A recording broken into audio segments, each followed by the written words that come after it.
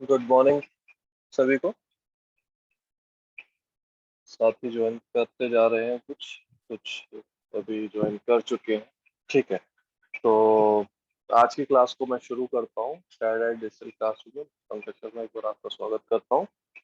तो अभी जो हम टॉपिक पढ़ रहे हैं वो हमारा है एमएस एक्सेल। एमएस एक्सेल में अब जो हम आगे टॉपिक पढ़ने जा रहे हैं वो बहुत ही इम्पोर्टेंट टॉपिक है। उनमें सबसे पहला टॉपिक जो इम्पोर्टेंट है वो है फॉर्मूलाज। एक्सेल का यूज हम लोग फॉर्मूले के लिए करते हैं। फॉर्मूले जितने भी हैं वो सारे फॉर्मूले अपने आप एमएस एक्सेल में यूज कर सकते हैं। तो आइए देखते हैं कौन कौन से फॉर्मूले हम एमएस एक्सेल में यूज कर सकते हैं। तो एमएस एक्सेल में जो सबसे पहला फॉर्मूला जो मैंने फंक्शन कल आपको सिखाया है वो है सम फंक्शन। क्या सिखाया मैंने आपको? सम फंक्शन का प्रयोग करना। तो सम फंक्शन क्या होता है देखते हैं।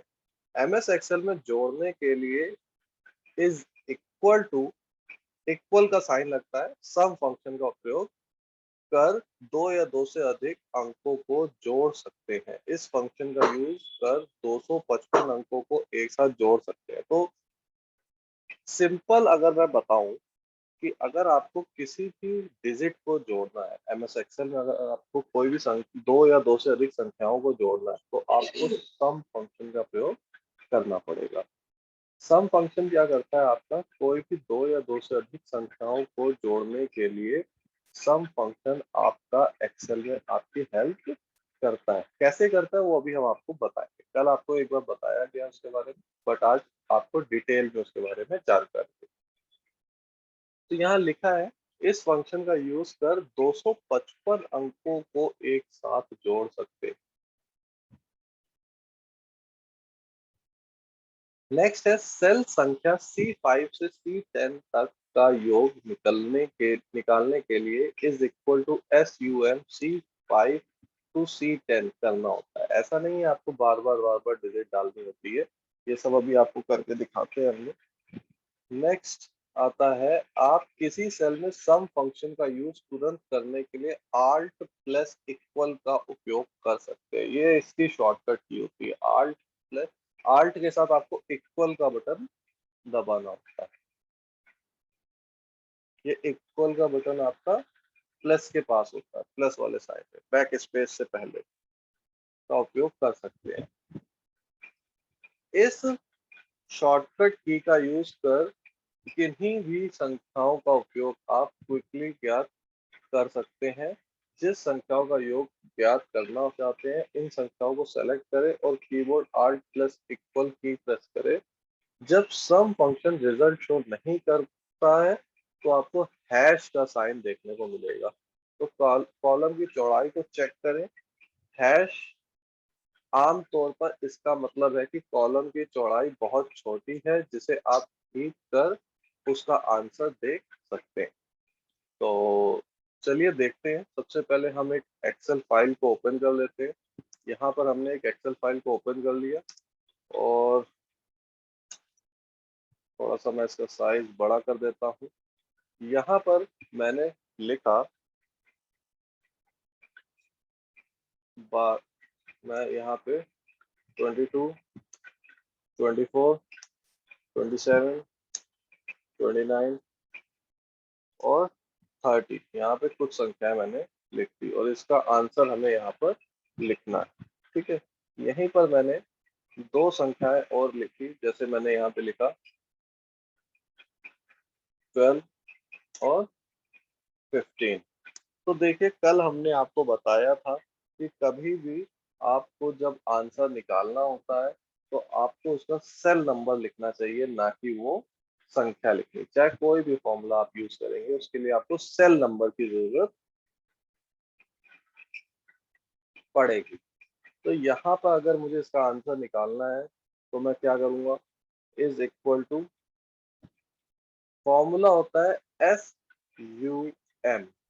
सम फंक्शन का फॉर्मूला होता है SUM स्मॉल ब्रैकेट ओपन और सबसे पहला है आपका K12 से लेकर, ठीक है, K12 से लेकर कहाँ तक की डिजिट आपको लिखनी है? K13 तक की। और ब्रैकेट क्लोज। तो आप देख रहे हैं फॉर्मूला क्या यहाँ पे मैंने लिखा है, फॉर्मूला लिखा है मैंने is equal to SUM K12, और ये आपका K12 से लेकर K13 तक का आपका एडिशन आप लोगों को करना है। एंटर प्रेस करते ही देखिए ये यहाँ पे आपको उसका टोटल करके दे देता है, जो भी आपका टोटल आया। जैसे ही मैं 12 को यहाँ पे 13 करूंगा, ये अपने आप चेंज हो जाएगा। अब बात होती है, क्या मेरे पास जब ये ज्यादा संख्याएं होंगी तो भी मुझे इसी तरीके से करना है? तो चेक करते हैं। यहाँ पर 28 आपका आंसर आ गया है, यहाँ पर चेक करते हैं क्या आंसर आएगा।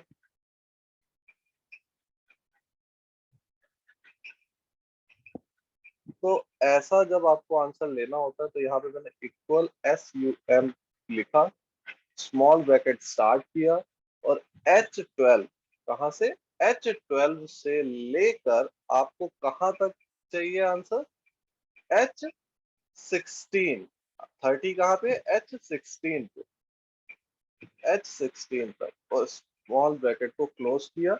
और आपको बस जहां से शुरू करना है और जहां पे खत्म करना है उन्हीं को लिखना होता है, वो अपने आप उसके सारी चीजों को ले लेता है और एंटर प्रेस करके देखिए सारी संख्याएं जोड़ती है। अब आप इन 5 संख्याओं में से कोई सी भी संख्या को बढ़ाइए। 27, 27 की जगह मैंने यहाँ पे 28 कर दिया, तो देखिए 132 से 133 हो गया ये। यहाँ पे मैंने 30 को 31 कर दिया, अब देखिए 134 यहाँ पे आंसर हो गया। तो कोई भी संख्या मैं यहाँ पे इंटरचेंज करूंगा, ये यहाँ पर उसका आंसर बदलता चला जाएगा। तो क्लियर हो गया। SUM सम फंक्शन का यूज क्या होता है, सम फंक्शन का यूज दो या दो से अधिक संख्याओं को आपस में जोड़ने के लिए किया जाता है। जनरली ये फंक्शन आपको यहाँ पर भी देखने को मिलता है। जैसे मान लीजिए मैंने यहाँ पर लिखा है 1 2 3 4, ठीक है, और मैंने इन सभी संख्याओं को सेलेक्ट कर लिया। यहाँ पर देखिए आपको एक सम का बटन बनकर आ रहा है, सम का एक ऑप्शन दिया गया है एडिटिंग मेन्यू में। तो यहाँ पर जैसे ही मैं क्लिक करता हूँ,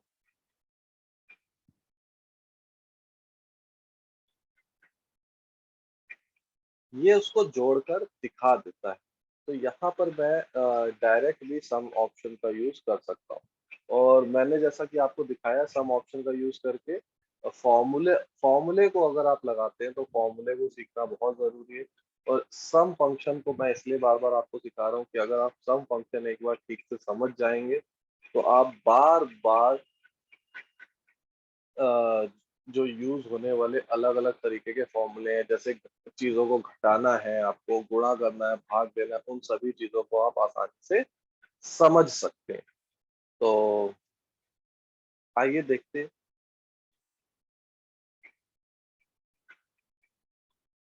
यहाँ पर एक चीज दिखाई गई थी, जैसे ये हैश है, तो ये हैश कैसे आता है देखिए।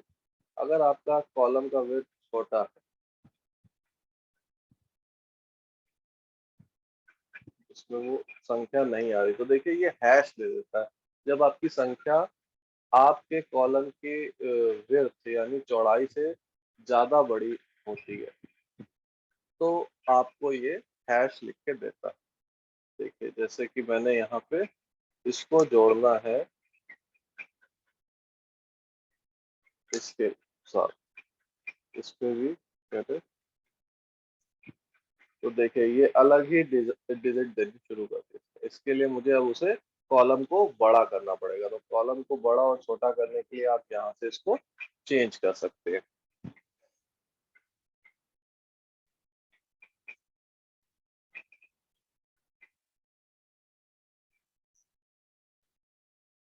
नेक्स्ट आता है सब्ट्रैक्शन। तो सब्ट्रैक्शन कैसे किया जाता है, आइए सब्ट्रैक्शन को सीखते हैं। तो सब्ट्रैक्शन करने के लिए भी आप सेम वही फॉर्मूला यूज कर सकते हैं। इसके लिए कोई अलग सब्ट्रैक्शन का फॉर्मूला नहीं होता, बस आपको यहाँ पर संख्याओं को माइनस करना होता है। क्या करना होता है, संख्याओं को माइनस करना होता है। जैसे मान लीजिए यहाँ पर मेरे पास लिखा हुआ है, एक संख्या है मेरे पास 50, और मुझे 50 में से 25 24 को माइनस करना है, तो मैं क्या फॉर्मूला यहाँ पर यूज करूंगा? यहाँ पर मैं फॉर्मूला क्या यूज करूंगा? Is equal to SUM small bracket, और यहाँ पर 50 का सेल नंबर क्या है? 50 का सेल नंबर क्या है? कोई बताएगा 50 का सेल नंबर क्या है? G2। G2। वेरी गुड, बहुत बढ़िया, G2। अब G2 में से मुझे माइनस करना है कितना? G3। G3। ठीक है, वेरी गुड। G2 में से G3 को मुझे माइनस करना है, तो मैंने G2 में से G3 को माइनस किया, ब्रैकेट क्लोज किया, और एंटर प्रेस करते ही वहां पे 26 लिखकर आ गया। अब मैं 24 की जगह 27 करूंगा,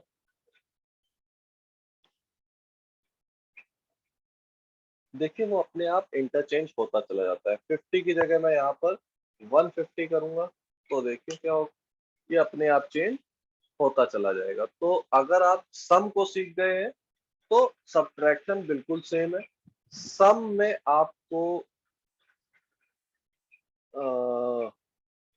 वहां पे सम में आपको प्लस ऑप्शन का यूज करना है। जैसे मुझे ये दोनों संख्याएं जोड़नी थी, तो is equal to SUM bracket start 150 G2 के बाद आपने यूज किया इसे, और प्लस G3 तक, और ब्रैकेट को बंद किया, तो आपके पास एडिशन आ गया।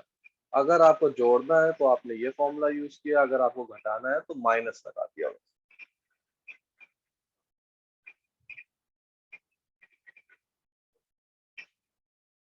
क्लियर है? इसके बाद आता है आपका मल्टीप्लिकेशन। इसमें भी कोई भी घबराने वाली बात नहीं है, ये भी बहुत आसान है। तो मल्टीप्लिकेशन कैसे करेंगे उसको समझते हैं। तो मल्टीप्लिकेशन करने के लिए, मल्टीप्लिकेशन मतलब गुणा करना। जैसे एक संख्या आपके पास लिखी हुई है 15, और दूसरी संख्या आपके पास लिखी हुई है 27। अब आपको इसका गुणा करना है। 27 की जगह मैं अभी कर देता हूँ यहाँ पे 5, मान लीजिए 5। तो हमें तो आंसर पता है कि इसका आंसर आना चाहिए 15×5 = 75, या 15×5 = 75। लेकिन फॉर्मूला उसका आंसर कैसे देगा? क्योंकि कभी अगर बाई चांस हमें नंबर इंटरचेंज करना पड़े तो हम कैसे करेंगे? तो कोई बात नहीं, 15 का सेल नंबर क्या है बताइए? 15 का सेल नंबर क्या है? G37। G37। Very good. G37 में अब आपको मल्टीप्लाई का साइन लगाना है, G38। ठीक है, तो G37 में मुझे G38 का मल्टीप्लाई करना है, और जैसे ही मैं एंटर बटन को दबाऊंगा, देखिए वो मल्टीप्लाई करके मुझे दे देता है। इसका फायदा बस यही होता है कि आप कभी भी इसको अगर इंटरचेंज करते हैं तो देखिए ये अपने आप उसके आंसर को चेंज कर देता है। आप यहाँ से 5 की बजाय 7 को अगर लिखते हैं तो ये आंसर चेंज करना शुरू कर देता है। लाइए मैं आपको इसको एक एग्जांपल के तौर पे दिखाता हूँ। जैसे मान लीजिए आपको यहाँ पर 15 का पहाड़ा लिखना है, 15 × 1। ठीक है, 15 × 1, तो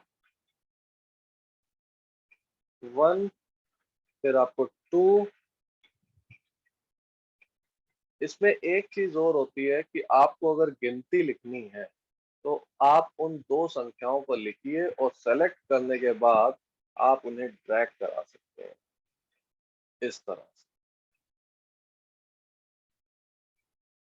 10 पे। वैसे ही आप 15 को अगर आप लिखना चाहते हैं तो 15 को भी आप ड्रैग करा सकते हैं, आपको बार बार लिखने की जरूरत नहीं पड़ती है। क्रॉस को भी मैं यहाँ पे ड्रैग करा लेता हूँ। अब मुझे इसका आंसर चाहिए।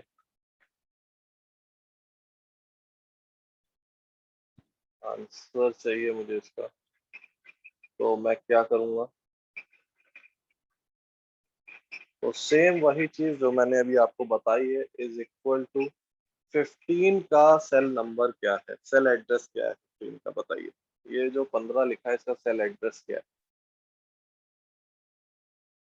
15 का सेल एड्रेस क्या है?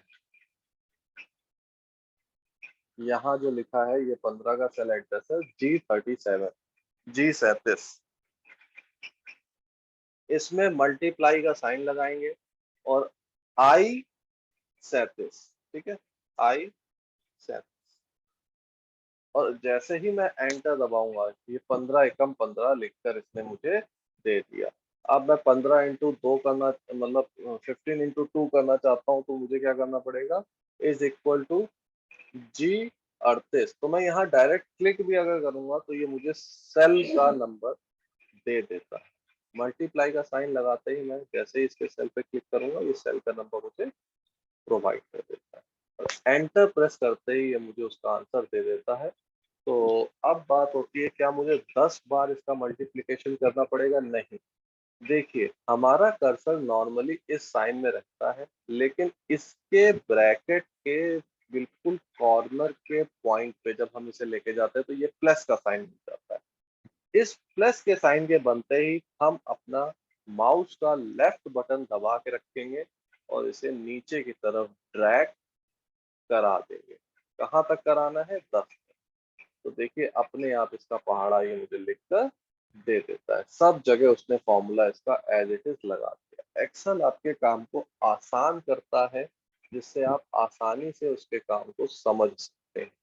15 दूनी 30, 15 ते 45, 15 चौके 60, 75 और 150 तक का उसने उसका पहाड़ा पूरा लिख कर दिखा दिया। अब यहाँ पर अगर आप 16 करते हैं तो ये 16 का पहाड़ा कर देगा, ना कि 15 का पहाड़ा आपको देगा। ये देखिए, इसने 16 का पहाड़ा बना दिया इसे। वहीं पे आप इसे 17 का पहाड़ा अगर बनाना चाहते हैं तो ये 17 का पहाड़ा इसे पूरा कंप्लीट कर देता है।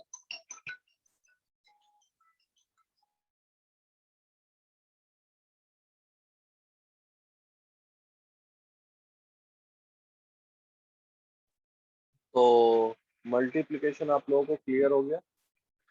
मल्टीप्लिकेशन समझ में आ गया? इसके बाद आता है डिवीजन। नेक्स्ट आपका जो आता है वो है डिवीजन। तो ये तो था, मैंने दो संख्याओं को आपको मल्टीप्लाई करके दिखाया। मान लीजिए यहाँ पर लिखा हुआ है अब आपके पास 5, 6, 7, 18, 78, इन सबको आपस में मल्टीप्लाई करना है। तो आप कैसे मल्टीप्लाई करेंगे?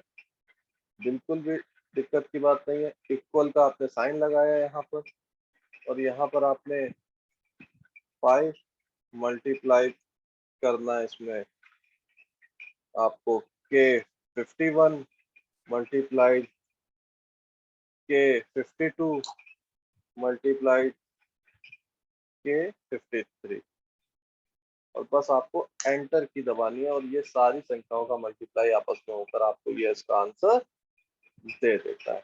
ठीक है, तो ये चीज समझ में आई आपको कि मल्टीप्लाई करने के लिए आपको मल्टीप्लाई वाले ऑप्शन का यूज करना पड़ता है।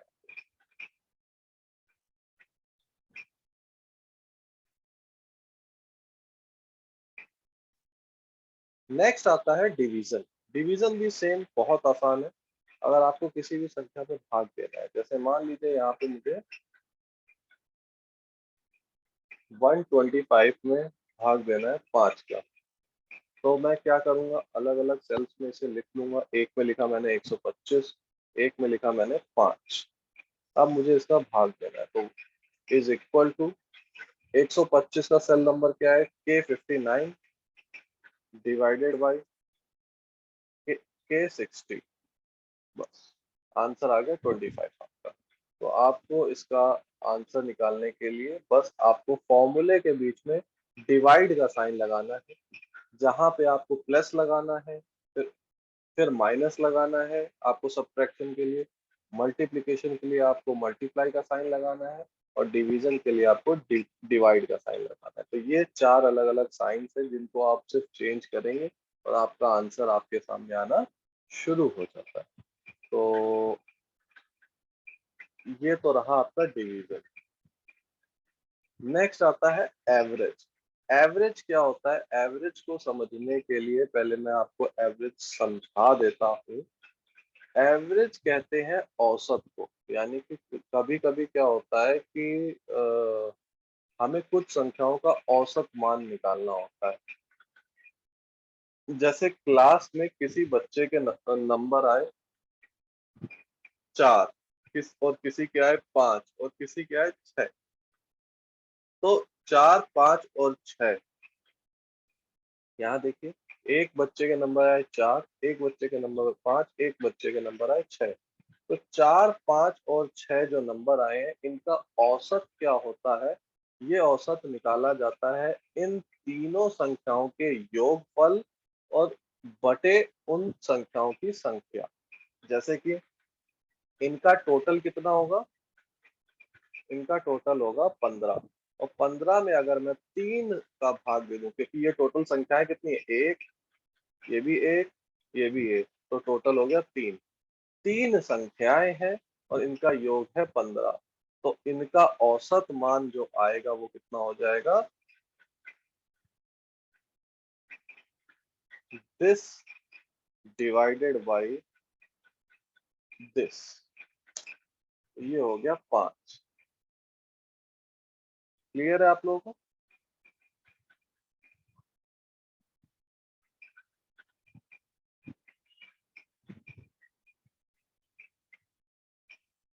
मैं बस एक चीज करता हूँ यहाँ पे। तो औसत मान निकालने का एक फॉर्मूला है डायरेक्ट, जिसे बोलते हैं एवरेज। ये तो मैंने आपको बताने के लिए यहाँ पे थोड़ा सा बनाया है कि ये किस तरीके से औसत मान निकलता है। अभी मैं औसत मान आपको निकाल कर यहाँ पर दिखाऊंगा कि ये किस तरीके से डायरेक्ट निकाला जा सकता है। ये तो एक तरीका है इनडायरेक्टली औसत मान को निकालने का। जैसे मान लीजिए आपके पास कोई 3 संख्याएं हैं, 25, और एक संख्या है आपकी 30, और एक संख्या है आपके पास 35। अब इन 3 संख्याओं का आपको एवरेज निकालना है। तो इज इक्वल टू एवरेज का फॉर्मूला AVER। जैसे ही आप टाइप करने लगेंगे, देखिए यहाँ पे लिख के आने लगता है एवरेज। आप एवरेज यहाँ पे डबल क्लिक करते ही चूज कर सकते हैं। स्मॉल ब्रैकेट ओपन, यहाँ से आपको इन तीनों को सेलेक्ट करना है जिसका भी आपको एवरेज निकालना है। Small bracket close and then enter. देखिए इनका एवरेज निकल के आ जाता है। अब ये जो 30 निकला है, मैं इसे चेक करता हूँ। यहाँ पे रख के 25, 25,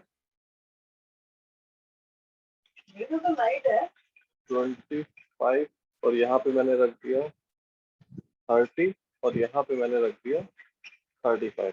तो देखिए इनका जो एवरेज यानी औसत आया है वो यहाँ पे भी 30 आया है और यहाँ पे भी 30 आया है। यहाँ पे मुझे इतना बड़ा प्रोसेस करना पड़ा और यहाँ पे मुझे बिल्कुल सिंपल सा एक लाइन, एक ही सेल में प्रोसेस करना पड़ा। सिंपल 30 आ गया आंसर। तो आपको समझ में आया होगा औसत। ये औसत धीरे धीरे आप बाद में यूज करेंगे। ये यूज होता है ज्यादातर रिजल्ट बनाने, आपके बच्चे के औसत कितने नंबर आए हैं वो पता करने के लिए इस का यूज किया जाता है, और भी बहुत जगह पे औसत मान निकालने के लिए यूज किया जाता है। सम फंक्शन का प्रयोग। क्विकली किसी संख्याओं का योग स्टेटस बार की संख्या से ज्ञात कर सकते हैं। देखिए या, या यहाँ पर आप डायरेक्टली भी आंसर पता कर सकते हैं कि एडिशन करना है या नहीं करना है। जैसे मान लीजिए यहाँ पे अगर आपने लिख लिया 2, 5, 9, 14, 45, 56, 78, ठीक है। अब आप जानना चाहते हैं इनका एडिशन क्या है, तो आप इन्हें सेलेक्ट कीजिए। आप इन्हें जैसे ही सेलेक्ट करेंगे, देखिए आपका स्टेटस बार में उसका आंसर आने लग जाता है 209। कितनी संख्याएं? 7 संख्याएं, और इनका एवरेज। तो एवरेज, काउंट और सम, ये तीन फंक्शन सिर्फ इन संख्याओं को सेलेक्ट करने से स्टेटस बार देना शुरू कर देता है। तो हमने इसीलिए आपको स्टेटस बार समझाया था, क्योंकि स्टेटस बार आपके बाकी के फंक्शंस को एक्टिव कर देता है जैसे जैसे आप उन फंक्शंस को पढ़ना शुरू करते हैं। तो एक्सेल में स्टेटस बार आपको तीन फंक्शन देता है, जैसे एवरेज हो गया, काउंट हो गया, सम हो गया। इन्हें आप डायरेक्ट स्टेटस बार से चेक कर सकते हैं। आपको उन्हें जोड़ने की जरूरत या एवरेज निकालने की जरूरत नहीं पड़ती, आप डायरेक्ट यहाँ से देख सकते हैं।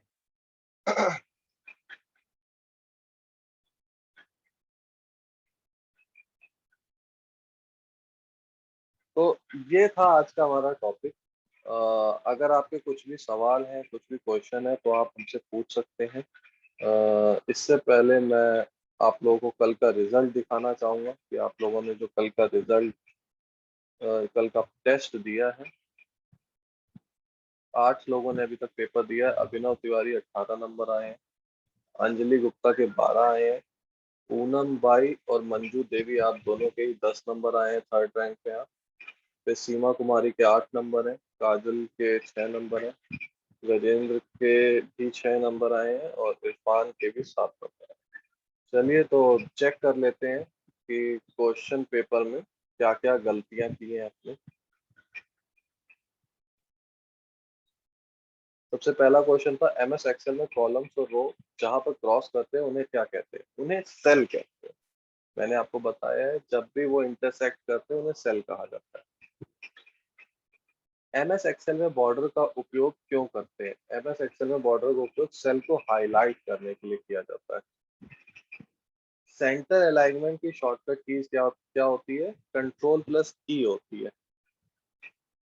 एमएस, बताइए ये आपने कितना गलत किया है? सब बच्चों ने लगभग गलत किया, 22% ही सही आंसर आया। एमएस एक्सेल में हम जिस सेल में कार्य कर रहे होते हैं उसे क्या कहते हैं? एक्टिव सेल कहते हैं उसे। एमएस एक्सेल में शब्द को तिरछा, उल्टा, सीधा और आड़ा करने के लिए कौन से ऑप्शन का उपयोग किया जाता है? ओरिएंटेशन ऑप्शन का प्रयोग किया जाता है। कल मैं पढ़ा भी रहा था आपको ओरिएंटेशन।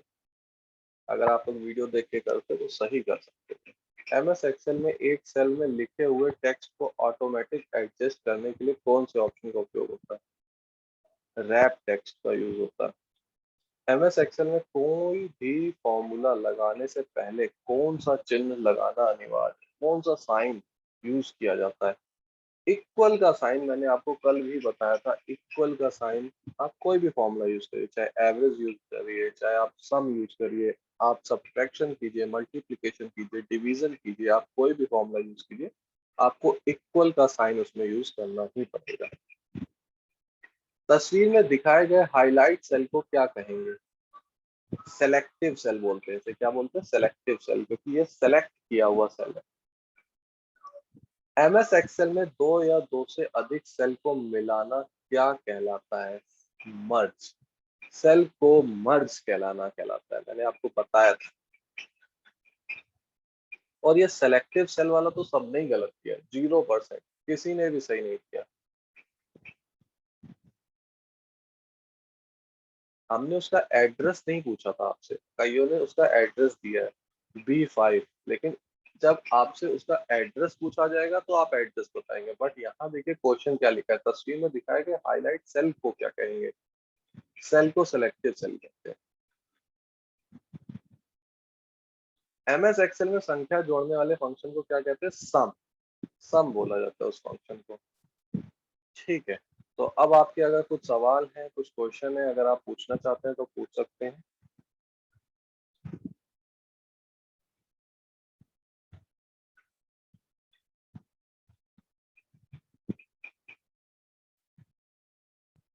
ठीक है, अगर आपके कोई सवाल नहीं है तो हम आज की क्लास को यहीं पे खत्म करते हैं, और आशा करते हैं कि आप लोग अच्छे से पेपर दीजिएगा, और जो टेस्ट आएगा वो इन्हीं क्वेश्चंस पे बेस्ड रहेगा। तो प्लीज उसे, ये जो आज का पढ़ाया गया टॉपिक है, इसे बार बार दोबारा भी देखिएगा ताकि आप लोगों को ज्यादा क्लियरिटी से समझ में आए और आप सही से उसके आंसर्स को दे सकें। ठीक है, थैंक यू। Thank you.